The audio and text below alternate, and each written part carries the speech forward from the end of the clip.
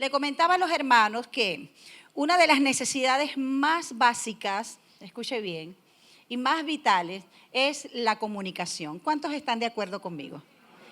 Esa es una de las necesidades más básicas y creo que muy vital también en nosotros.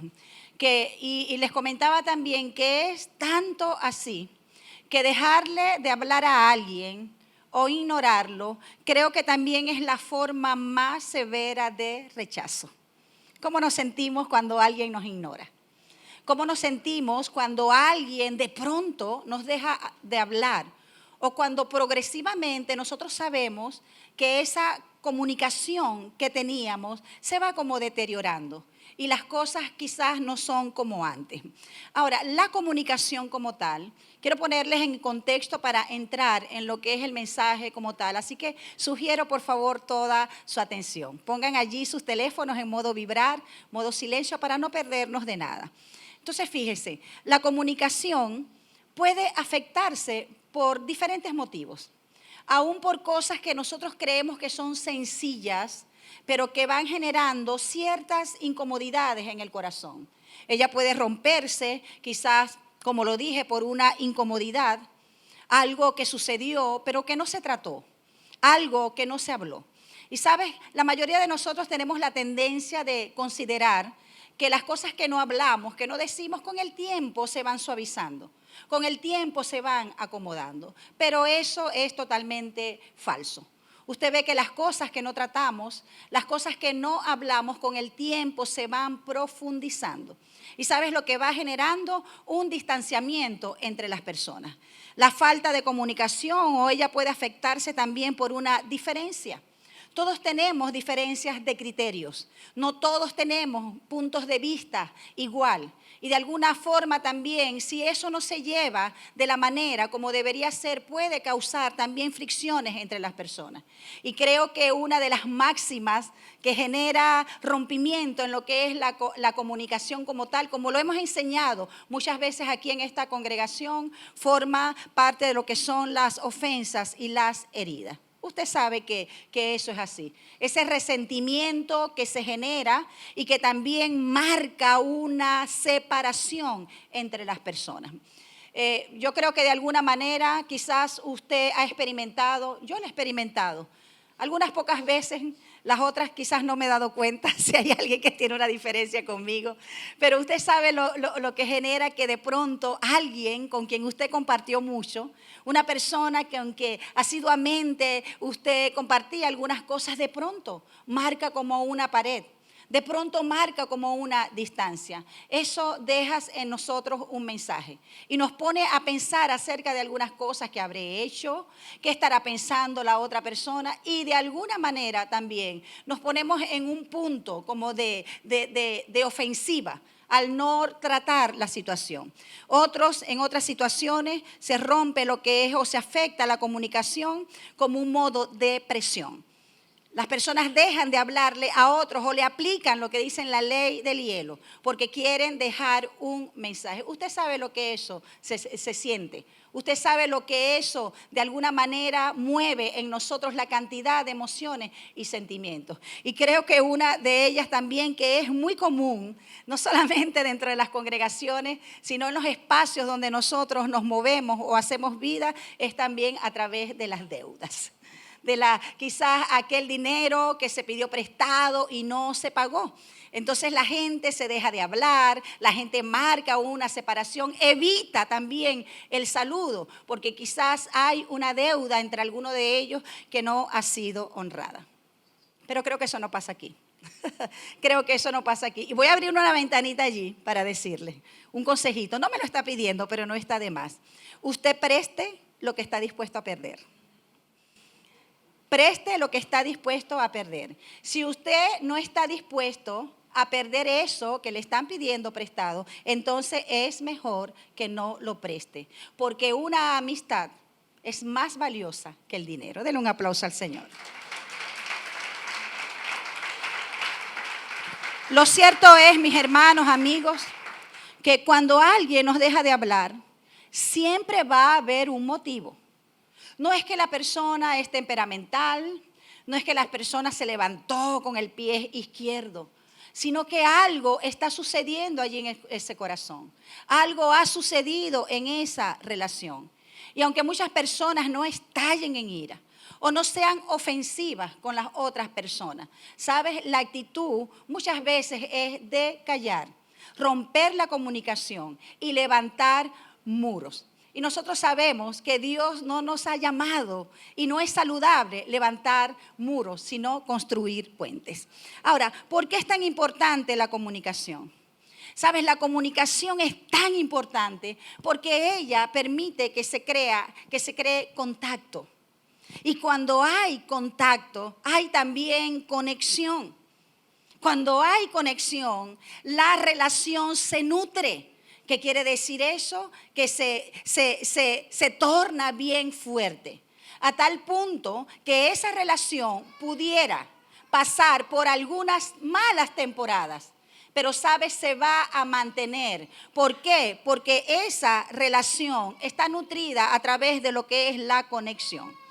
Ahora, siempre en lo que es la comunicación, no se distraiga. Siempre va a existir lo que es el intercambio. El intercambio, ¿sabe? Y ese intercambio de palabras, de momentos, ese intercambio que se genera entre las personas o entre dos personas, la respuesta siempre va a ser el vínculo.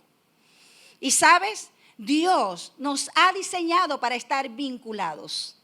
Es por eso que cuando se rompe el vínculo en una relación, cuando se rompe el vínculo en una amistad, cualquiera que sea, ¿sabe? Siempre va a haber la tendencia de nosotros vincularnos a otras cosas. ¿Por qué? Porque fuimos diseñados por Dios para vincularnos. Cuando los vínculos son fuertes, la relación también lo va a ser. ¿Y de dónde viene ese vínculo fuerte? ¿De dónde viene esa relación fuerte? De una comunicación que se ha nutrido. Y usted puede ver que la comunicación nos provee, es tan beneficiosa que nos provee un conocimiento de la otra persona, ¿sí o no? Cuando usted empieza a hablar con alguien, cuando usted empieza a tratar a alguien, empieza a abrir espacios y puntos de encuentro con esa persona, es importante. Porque aún en nuestra propia familia, entiéndalo bien, estamos bajo el mismo techo, pero pareciera que no hay puntos de encuentro. No hay espacios que se abren para comunicarnos, para expresarnos. Pero usted puede ver que cuando la comunicación empieza a fluir, ella permite que tengamos acercamiento. Ella permite que empecemos a nutrirnos uno del otro. Allí entonces conocemos qué es lo que le gusta a las personas, qué es también lo que le disgusta. Podemos entender también las ideas que tiene la persona acerca de algunas cosas. Y ese entendimiento nos lleva también a tener algunas acciones con respecto a lo que la otra persona piensa, lo que la otra persona les gusta o lo que la otra persona le disgusta. ¿Sí me entiende, iglesia? Eso nos permite generar ciertas acciones de acuerdo a lo que conocemos en las personas. Yo le ponía el ejemplo a los hermanos, le daba un ejemplo, que en una oportunidad había un hermano que estaba hablando con otro y le refería a la otra persona. ¿Sabe? Me disgusta mucho que cuando estoy hablando con alguien, la persona esté cruzada de brazos. Escuché eso en ese momento y me di cuenta por lo que la persona hablaba, que les disgustaba mucho que cuando estaba hablando con alguien cruzara los brazos. Quizás para usted y para mí es algo normal. Yo no me disgusto por eso. No lo veo como un acto irrespetuoso, pero esa persona lo veía de esa manera.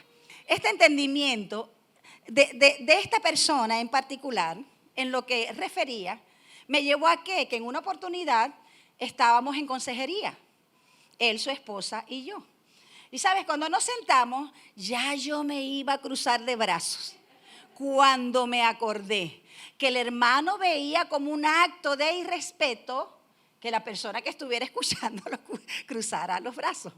Entonces, fíjense cómo la comunicación permite que nosotros podamos conocernos. Porque no se trata solamente a lo que a nosotros nos gusta. No se trata solamente cómo nosotros queremos que nos traten. No se trata solamente de que la otra persona no se escuche solamente, ahí no hay comunicación. La comunicación tiene que ver en la reciprocidad de poder expresarse, de poder conocer las ideas, de poder conocer aún los pensamientos que las personas le dan voces, poder entender, y eso permite que nosotros podamos tomar acciones, escuche bien, de acuerdo al conocimiento que tengamos de esa persona. Por ejemplo, conozco muchas personas y de vez en cuando me gusta mucho bromear, pero yo sé con quién lo hago. Hay personas que de pronto le hago una broma, un chiste y se ríen, así el chiste sea malo. Pero sé que hay personas que les disgusta mucho que los otros le asomen un chiste o tengan algún tipo de broma con ellos. Entonces, el conocimiento de las personas, sus actitudes, lo que les gusta, lo que les disgusta, nos permite que nosotros también podamos abordarlo de manera efectiva. Amén. Porque no podemos ir por el mundo diciendo, bueno, yo soy así. Los demás tienen que tolerarme. Los demás tienen que adecuarse a la manera que yo soy. No se trata de nosotros, se trata también de los demás. Y en eso se basa lo que es la comunicación. Es por eso que usted puede ver, mi hermano, quizás en lo mismo que les estoy hablando, pero en otro sentido, que cuando una relación empieza a deteriorarse, bien sea una relación de pareja, una relación con los hijos, porque no solamente relaciones de pareja, conyugales, también existen las relaciones con los hijos, existen las relaciones con los amigos, buenos amigos, existen relaciones también con los discípulos. Pero ¿sabe? Cuando la relación empieza a socavarse, a deteriorarse, lo primero que se altera o se rompe siempre es la comunicación. Siempre. Para allí creo que no hay cualquier dirección que tomar. Siempre lo primero que se rompe es la comunicación. Y la falta de comunicación siempre va a abrir una brecha para muchas cosas que son lamentables en lo que es las relaciones. Va a abrir la brecha o va a dar la oportunidad al distanciamiento, al individualismo. Va a dar la oportunidad a la falta de reconocimiento, a la falta aún de expresión de amor. Y sabes, en algunos casos va a generar que la persona se conecte de manera ilegítima, entre muchas cosas. ¿Por qué? Porque como fuimos diseñados por Dios para estar en vínculo, para estar relacionados unos con los otros, a la falta de vínculo, yo empiezo a conectarme con otras cosas. ¿Sí estamos claros hasta aquí? Entonces, cuando hay desconexión, dejamos de dar. Y no solamente dejamos de dar, sino dejamos de recibir, dejamos de nutrir. Entonces, quizás en esta introducción que les acabo de dar, esta breve introducción, ¿con qué propósito lo hice? Con el propósito de que usted y yo, usted que me está escuchando también a través de estas redes, seamos conscientes de algo, de la importancia del deseo más grande de Dios. ¿Y sabes cuál es el deseo más grande de Dios? No que usted tenga muchas cosas ni yo. El deseo más grande de Dios no es que yo sea una predicadora poderosa. Yo creo que eso es un resultado, ¿verdad?, de algunas cosas. El deseo más grande de Dios es que nosotros tengamos comunión íntima con Él. Que sus hijos, que somos usted y yo, tengamos comunión íntima con Él. Entonces, ¿de qué trata la comunión? La comunión trata de estar unidos. ¿Qué quiere decir eso? Que cuando usted y yo estamos en comunión, porque podemos estar en comunión de manera horizontal, pero debemos estar en primer lugar de manera vertical. Estar en comunión con Dios. Eso quiere decir que estamos unidos a Él, que estamos sujetos a Él. Comunión quiere decir que yo estoy de acuerdo con Dios. ¿De acuerdo en qué? De que para mí no es agradable lo que a Él le desagrada. Que yo me siento agradada con lo que a Él le agrada. Y que todo aquello que Dios adversa, yo también debo adversarlo. ¿Por qué? Porque soy uno con Él. Estamos de acuerdo. De eso se trata la comunión. Se refiere también a ese contacto. No solamente de manera personal, porque a Dios no lo podemos tocar. Pero esa relación que se nutre a través de la comunicación que podemos tener con Él. Es decir, esa comunicación de usted como hombre, como mujer, con un Dios tan grande y tan poderoso. Es una bendición. Pero fíjese, dice íntima comunión. No es cualquier comunión entonces. Algunas personas dicen, pareciera que Dios tiene favoritos. ¿Por qué? Porque esta persona creo que le va mejor que al otro. Esta persona es más bendecida que el otro. Esta persona, quizás Dios le responde de una manera más rápida que otra. Déjeme decirle algo. Dios no tiene favoritos, pero sí tiene íntimos. Entonces, ¿con qué tiene que ver la intimidad? La intimidad viene como producto de una comunión, de una comunicación constante. No eventual, como la tenemos muchas veces con una persona o con algunas personas, sino con una comunicación constante. La intimidad permite que nuestra relación con Dios se haga fuerte, se haga estrecha y permite también conocer no solamente los pensamientos de Dios, sino también sus secretos. Eso es maravilloso. Que usted y yo podamos conocer los pensamientos de Dios.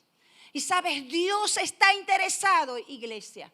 Yo quiero que usted se vaya con esa convicción en el nombre de Jesús. Que Dios está interesado en comunicarse con sus hijos.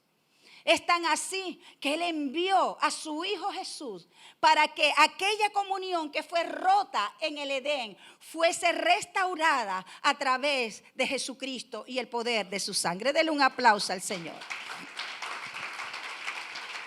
Ahora, ¿cómo podemos tener comunicación con Dios?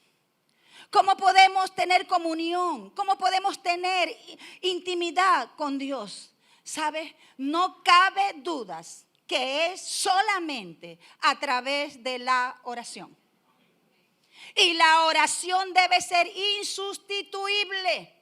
Y lamentablemente hemos sustituido la oración por muchas cosas. Obviamente la palabra de Dios, ¿sabe? Es importante. ¿Sabes por qué? Porque ella permite que nuestras oraciones sean bien encausadas. ¿Sabes por qué? Porque en ella nosotros tenemos el conocimiento legítimo de Dios. Ella nos dice quién realmente es Dios. Porque muchos de nosotros venimos con un conocimiento de Dios concreto acerca de algo o abstracto, no sé cuál sea el de usted. Un conocimiento cultural acerca de Dios, muchas formas. Como nos presentaron a Dios. Pero la manera legítima como yo conozco a Dios es a través de su palabra. Es conocer al Dios de las Escrituras. Así que nosotros, mis hermanos, debemos ver la oración como lo que es. Escuche. Debemos ver la oración como lo que es. Es una de las más grandes bendiciones que el Señor nos ha dado a nosotros aquí en la tierra. Debemos dejarla de ver como una carga. La oración es una bendición para nosotros y es un deleite para Dios. Amén.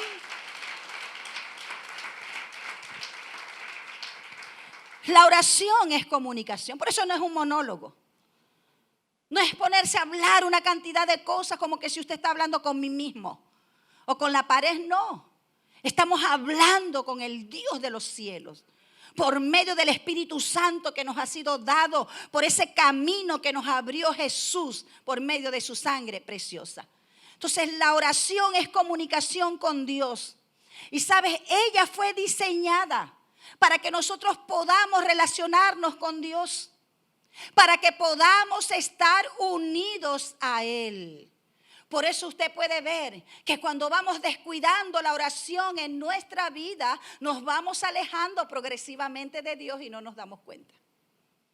La oración fue diseñada para eso, para que usted y yo estemos en unión con Él, para poder recibir de Él, porque a través de la oración yo recibo de Él. ¿Qué recibo? Recibo su palabra. Recibo su instrucción. A través de la oración, yo recibo la dirección de Dios. ¿La necesitamos o no la necesitamos? A través de la oración, usted y yo podemos conocer la voluntad de Dios. A través de la oración, usted y yo podemos recibir fortaleza, así como la recibió nuestro Señor Jesucristo. Ahora, orar no implica que quizás usted va a tener las cosas al momento cuando usted las quiere y de la manera que las quiera. Por eso oramos según la voluntad de Dios. Pero a través de la oración nosotros recibimos fortaleza para esperar en Él y que la paz que sobrepasa todo entendimiento inunde nuestras mentes y nuestros corazones. A través de la oración aún somos confrontados. Somos confrontados con nuestra realidad. Yo les conté, lo he contado muchas veces, pero creo que no está de más. En una oportunidad estaba orando al Señor, al Dios de los cielos. Esa es la diferencia.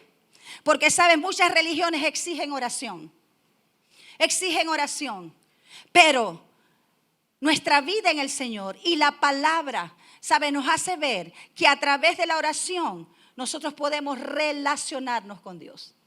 Entonces, esa oración nos lleva a relacionarnos con Dios. Y recuerdo que en una oportunidad estaba orando. Y yo no sé si usted se ha sentido como en un momento de su vida cuando usted dice, estoy chévere. No sé si usted se ha sentido así. Obviamente sin orgullo, que usted dice, bueno, creo que no tengo cuentas pendientes con nadie. Mi corazón está libre de amargura, de resentimiento. Porque Dios ha venido haciendo un proceso de sanidad en usted. Estaba en ese momento y se me ocurre la genial idea de decirle a Dios en oración, en ese momento que apartamos, Señor, si tú ves que hay algo en mí, por favor, házmelo saber. ¿Y sabes lo que yo estaba esperando? Que el Señor me dijera a través de su Espíritu que habla. Dios tiene boca y el Espíritu Santo es una persona y habla. No es algo, es alguien, ¿sabes? Y Él no es solamente una experiencia. El Espíritu Santo de Dios. Él es una persona. Amén. Y sabes, en ese momento el Espíritu Santo de Dios me habló. Y yo quizás pensé que Él me iba a decir, sí, hija, te estás esforzando. Sigue de esa manera. Va todo bien. Tu corazón va bien. Sabes, Dios me permitió tener una visión. Y en ese momento, como en una visión vi, como que se abrió como un círculo que venía del cielo, como una luz, así como las luces que ponen en los escenarios de Broadway, esas luces así redondas. Y de pronto esa luz, mis hermanos, amigos, se me metió aquí, en mi enorme estómago. Y sabes, cuando esa luz me traspasó y yo miré así, yo vi como un gran hoyo negro. Como un gran hoyo negro así, que era como efervescente. Así como el petróleo cuando, como que burbujea, no sé, algo así. Y sabes, empecé a sentir lo que es el peso del pecado. No me vi tan santa como me creía. En ese momento, Dios me llevó a experimentar, ¿sabes? La condición de pecado que muchas veces tenemos. Y era como un contraste entre la santidad de Dios y lo que se veía dentro de mí. Y sabes, y le digo, Señor, si somos tan así, si tenemos tantas cosas feas y malas en nuestras vidas, ¿qué hizo que nos quisieras tanto? ¿Por qué nos aceptas? ¿Por qué nos amas tanto? ¿Por qué nos tomas en cuenta? Y el Señor me dijo, ¿sabes por qué no los consumo? Ni por qué no los desecho, porque los veo bajo el velo de mi Hijo, de su sangre preciosa. ¿Sabe? Dios es santo.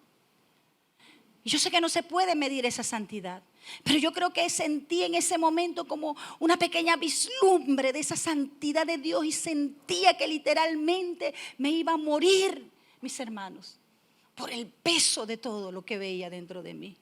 Eso somos sin el Señor. Pero su sangre preciosa ha venido sobre nuestras vidas y nos ha declarado limpios. No porque seamos perfectos, sino por su gracia, por su amor, por su gracia, por su amor. No son sus méritos, no son mis méritos. Fueron los méritos de Jesucristo en la cruz del Calvario. Entonces, Él ha diseñado la oración, Dios, para que nosotros podamos relacionarnos con Él. Para que su santidad, ¿sabe?, venga a nuestras vidas.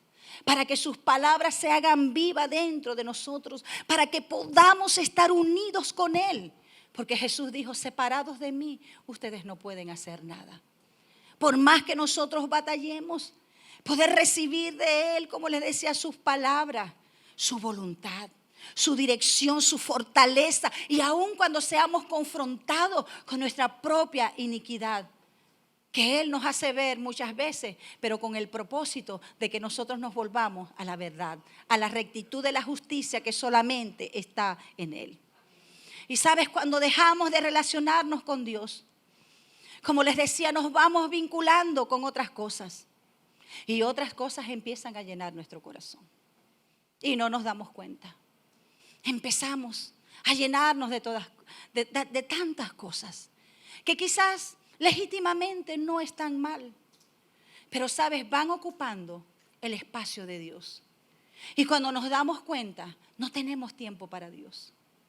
Cuando nos damos cuenta, estamos tan absortos en tantas cosas que no tenemos tiempo para buscar a Dios. No tenemos tiempo para encontrarnos con Él. Y Él está allí anhelando, anhelando. Por eso no es casualidad que quizás aún en las madrugadas tú has dicho, ¿por qué se me ha ido el sueño? Tengo insomnio. Algo me despertó. Quizás sea el Señor que te está llamando a ti y a mí para que reanudemos nuestra comunión con Él. Amén.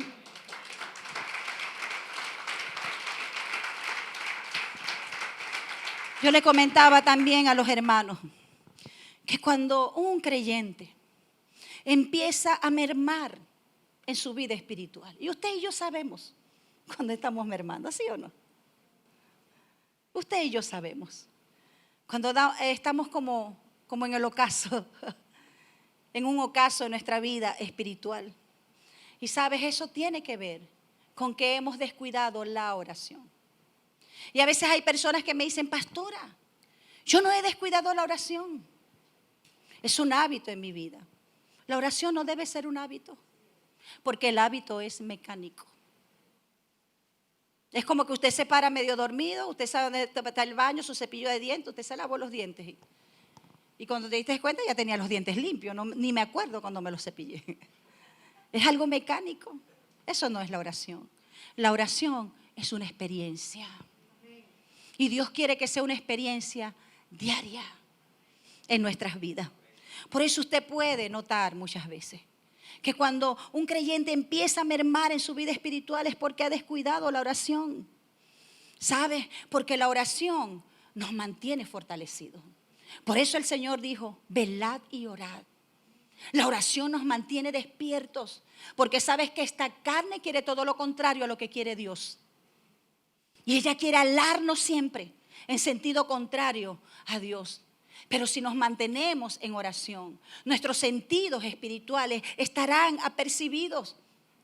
Recibiremos esa fortaleza que viene de Dios. ¿Por qué? Porque cuando oramos, el poder de Dios es liberado a favor de nosotros. El poder de Dios es liberado, ¿sabes? Aún en la circunstancia que nosotros estamos viviendo. Y ese mismo poder nos mantiene encendidos. Y yo no te estoy diciendo con esto que estés libre de circunstancias, no. Sino que podemos estar fortalecidos aún cuando nos toque pasar un Getsemaní. Por eso usted ve cuando Jesús estaba a horas de ser crucificado, Él se sentía afligido. Él se sentía en angustia hasta la muerte. Dijo, mi alma está angustiada hasta la muerte. Y sabes, cuando miró alrededor, todos los discípulos estaban dormidos. Él estaba solo en el momento que más los necesitaba. Pero ¿sabes dónde corrió Él? A los brazos del Padre, a orar. Dice que se fue solo a orar. ¿Y sabes lo que sucedió? Dios no le evitó el Calvario, pero fue fortalecido en medio del Calvario. Amén. Porque hay situaciones que quizás tenemos que pasar.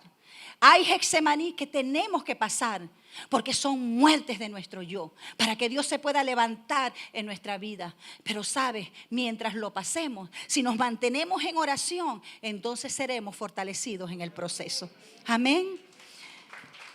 Dice Santiago 5:13. Si alguno de ustedes está triste, no voy a decir aquí, alce la mano el que está triste. ¿Sabes qué? Yo he venido a la congregación muchas veces en aflicción. ¿Usted no? Yo sí. Porque tenemos situaciones que nos afectan. A veces tenemos pérdidas. A veces tenemos algunas cosas por las cuales estamos atravesando. Y eso de alguna manera nos aflige. Por eso Santiago dice, si alguno de ustedes está triste, si alguno de ustedes está afligido, ¿cuál es la solución? ¿Cuál es la solución? Dice, póngase a orar. Ore. Cuando estamos pasando por pruebas es donde más tenemos que orar, mis hermanos. Cuando estamos pasando por tentación, Señor, esta tentación creo que me va a alcanzar. Vaya y ore como hombre y mujer de Dios, para que no seamos seducidos por la tentación, para caer en la tentación, no. Sino que vayamos, ¿sabes?, a los brazos del Señor a orar.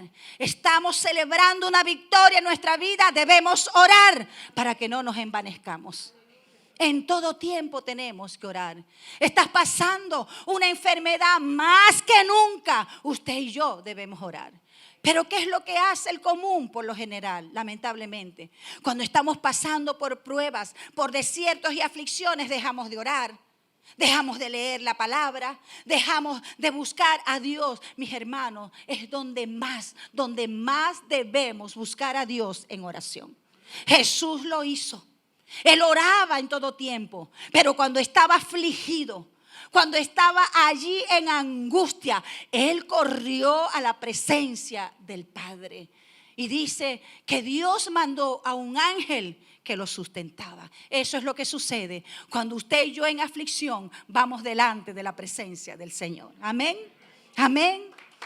Una persona de oración es una persona llena de Dios. ¿Sabes por qué? Porque en la oración es donde están los más grandes intercambios. Yo le doy a Dios mi ser y Él me da de su ser. Yo le entrego a Dios mi humanidad, que muchas veces está corrompida por tantas cosas. Le entrego a Dios el pecado. Depongo aún lo que soy para que Él haga su voluntad. Entonces Él trae respuesta. Él nos da su santidad. Él nos da su fortaleza. Él nos da su dirección. Y Él dice, voy a hacer mi voluntad en ti. Gloria al nombre de nuestro Señor. Por eso nuestro nivel de oración habla acerca de cuán fuerte es nuestra relación con Dios. Porque no podemos hablar o decir que una relación es fuerte, sea cual sea la relación, si no hay comunicación. Si no hay comunión, no podemos hablar que esa relación sea fuerte. Y sabes, el problema con nosotros aquí, como nosotros nos llevamos o nos dejamos de llevar, lo proyectamos muchas veces en nuestra relación con Dios. Tenemos aquí desconexiones y muchas veces estamos desconectados con Dios. O por el contrario, muchas veces nos sentimos que tenemos mucha comunión con Dios y estamos desconectados con los que están a nuestro lado. Si estamos mal con las personas, no pretendamos creer que estamos bien con Dios. Porque no podemos, como dice por allí una frase, adorar al que está sentado en el trono y tener una incomodidad, una rencilla, un problema con el que está sentado al lado de nosotros.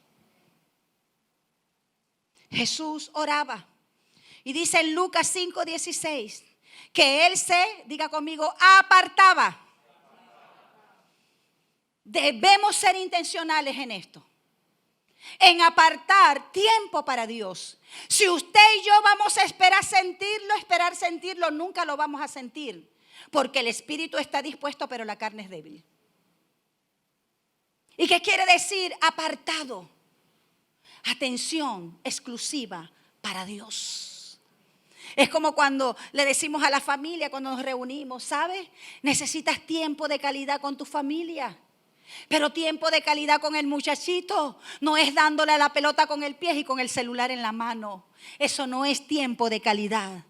Tiempo de calidad es atención absoluta. Nadie más entre tú y yo. ¿Sí me entiende, iglesia? Y es lo que Dios espera. Pero sabes, a veces nos privamos de esto y no entendemos que somos nosotros los beneficiados. Porque a veces pensamos que orar le estamos haciendo un favor a Dios. Dios es Dios, no necesita nada. Somos nosotros los altamente necesitados. Amén. Por eso dice que Jesús, todo Dios, todo hombre, pero todo Dios, dice que Él oraba. Se apartaba, Lucas 5:16, a lugares desiertos donde nadie lo podría perturbar. Pastora, es que mi casa es muy pequeña, mi casa también. Yo veo un apartamento muy pequeño, donde el televisor de uno se escucha en todas partes. ¿Y qué hago? Como necesito ese tiempo, necesito recibir de mi Padre. Necesito recibir su fortaleza, su dirección, su voluntad, que me ale las orejas, que todo lo que Él pueda hacer. Yo tengo que levantarme más temprano, antes que los otros se levanten. Tengo que negarme para poder tener tiempo de calidad con Dios, donde no se escuche ni un televisor, donde no haya olores de comida, donde los muchachos no estén hurgando en la nevera a ver qué hay y levantando las ollas, no, sino un tiempo exclusivo para Dios. Pero a veces no queremos pagar ese precio, porque amamos tanto algunas cosas que no valoramos lo que en realidad tiene sentido en nuestra vida. Nuestro Señor Jesucristo, escuche, hombre de Dios. Yo sé que eso no pasa aquí, pero en la mayoría de las congregaciones hay un falso criterio y dicen que son las mujeres las que oran. Y eso tiene que ser derribado. ¿Sabes por qué? Porque tanto hombres como mujeres debemos ser hombres y mujeres de oración. Jesús era un hombre de oración. Él se levantaba a orar en la madrugada, en la mañana, a buscar el rostro de Dios. Qué bendición sería para su familia que usted como hombre, ¿sabe?, fuera el primero que se levantara a orar por su familia, a declarar sobre su familia, a declarar una bendición sobre su familia, a decirle al enemigo, ¿sabes? Satanás, no te vas a quedar con mi familia, porque aquí está un sacerdote, aquí está un hombre de Dios que está dispuesto a deshacer tus obras y lo que quieres hacer en mi familia y en la vida de tus hijos, de mis hijos. No es para las mujeres solamente, es para todos. Jesús era un hombre de oración. Y cada uno de nosotros, mis hermanos, debemos tomar su ejemplo. Él no empezaba ninguna actividad en el día sin antes orar. Antes de que saliese el sol, Jesús estaba allí orando. Por eso usted puede ver que su ministerio era altamente efectivo. El ministerio de Jesús no era solamente de palabra, sino en demostración del poder del Espíritu Santo de Dios. Pero ¿de dónde venía eso? De su comunión con Dios. Por eso, como les referí una vez en una de las predicaciones, Abraham Lincoln, uno de los presidentes de Estados Unidos, antes de ser presidente fue leñador. Y él dijo, dame 6 horas para cortar un árbol y duraré las 4 horas para afilar mi hacha. Pero a veces nosotros hacemos al revés.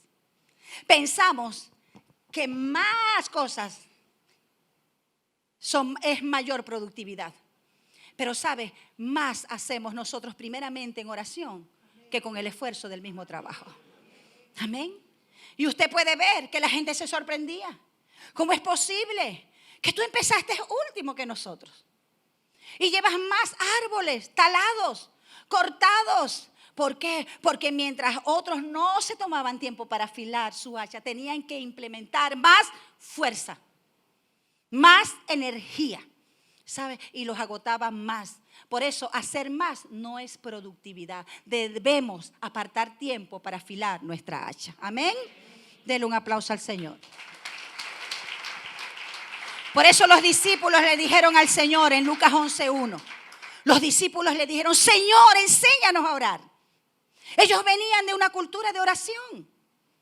Los judíos, una cultura ancestral de oración. Pero ellos vieron que Jesús oraba de manera diferente. No eran las vanas repeticiones como los escribas y los fariseos, para que la gente los viera una y otra vez las mismas palabras sin sentido y de manera mecánica. No, ellos vieron una diferencia en Jesús. Ellos vieron que Jesús apartaba tiempo para orar y luego la manifestación del reino se veía donde quiera que él pasaba. Y ellos le dijeron: Jesús, enséñanos a orar. Porque ellos vieron la efectividad del ministerio en la vida de Jesús. Y de donde venía de la comunión que él tenía con el Padre. ¿Qué querían decirle ellos a Jesús? Queremos lo que tú tienes. Yo quiero lo que tú tienes, Jesús. Yo quiero lo que tú tienes, Jesús. Por eso ellos le dijeron: enséñanos a orar. Ahora, si el Hijo de Dios lo hacía, todo hombre y todo Dios, ¿será que nosotros no debemos hacerlo? Dígame usted. ¿Será que nosotros no necesitamos orar? Si Jesús lo hacía, ¿no debemos hacerlo nosotros? ¿Y sabes cómo empezamos la mayoría de nosotros en una sola carrera en el día? Y si se nos olvidó de poner la alarma o nos paramos tarde, bueno, más catastrófico es el día.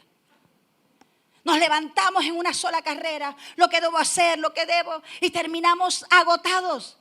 Y sin los resultados que esperamos, o quizás los resultados que esperábamos, pero bien agotados como para disfrutarlos. Pero cuando nosotros vamos primeramente, diga conmigo, primeramente, primero. Lo mejor y lo primero para el primero siempre. No hay que esperar para dar las primicias un día al año para darle al Señor lo primero. Lo primero a Dios se le da todos los días. Lo mejor y lo primero. Y lo mejor es el primer tiempo para Dios.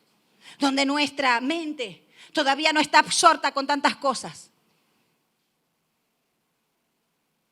Y entre tantas cosas que muchas veces nos enredan la vida. Sino que estamos dispuestos a empezar el día con Dios. Y sabes, cuando usted y yo empezamos nuestro día orando, le estamos diciendo a Dios: Señor, yo quiero estar unido a ti. Cuando usted y yo empezamos el día en oración, le estamos diciendo: Señor, yo quiero que tú hagas tu voluntad. Señor, yo quiero que tú me guíes. No puedo guiarme solo. Señor, yo te necesito. ¿Y sabes qué? Cuando dejamos de orar, ¿qué estamos queriendo decir con eso? Me valgo solo. Me valgo sola. No te necesito. Y nos hemos acostumbrado solamente a orar cuando tenemos necesidades. Cuando surgen conflictos. Como cuando muchas veces la gente empieza a valorar las personas que tiene cuando ya no están o porque simplemente se van de la casa. Dios no quiere que nosotros actuemos de esa manera, sino que podamos decirle en oración: Señor, necesito tu corrección, necesito tus palabras, necesito, Señor, todo lo que tú me puedes proveer, necesito tu sabiduría. Necesito tu carácter de mansedumbre. Necesito, Señor, ser lleno de tu espíritu para poder mantenerme en el tiempo de la espera, en el tiempo de la prueba. ¿Sabes? El Señor le dijo a Zorobabel, uno de los príncipes de Judá, aun cuando Dios le había dado una instrucción: